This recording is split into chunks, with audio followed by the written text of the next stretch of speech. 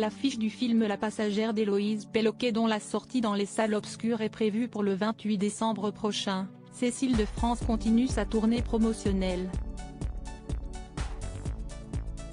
Dans ce long métrage comportant de nombreuses scènes érotiques, son personnage tombe amoureux d'un homme de 25 ans, son cadet.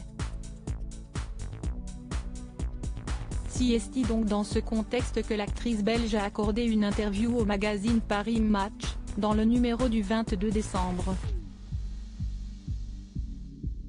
L'occasion pour elle, qui a récemment affirmé ne plus être dans les normes de beauté avec son corps de femme de 47 ans, de s'exprimer sur son rapport au temps qui passe, à son corps et aux critères de beauté imposés par la société. À partir de 45 ans, les femmes ne sont plus dans les normes malheureusement édictées par la société, débute-t-elle. Je peux en parler, car j'ai 47 ans. On nous fait croire qu'à l'approche de la ménopause, on ne sera plus jamais désirable, poursuit la comédienne belge, avançant le fait qu'il faut toujours garder confiance en soi.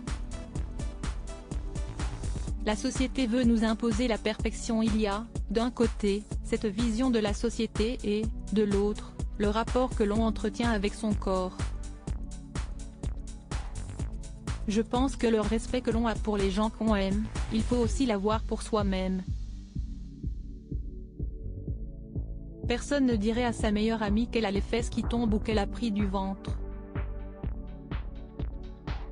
Alors, pourquoi se le dire à soi? Si est-il cruel. L'être humain n'est pas parfait, même si la société veut nous imposer la perfection, développe-t-elle. Interrogée par notre confrère sur de potentiels complexes, Cécile de France avance qu'elle essaie de ne pas en avoir.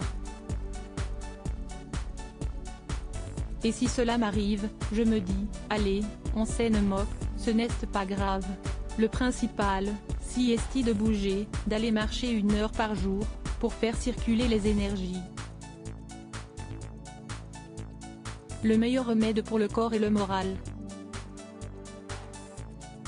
L'être humain, ancien chasseur-cueilleur, n'est pas fait pour être affalé dans un canapé, mais plutôt pour grimper aux arbres.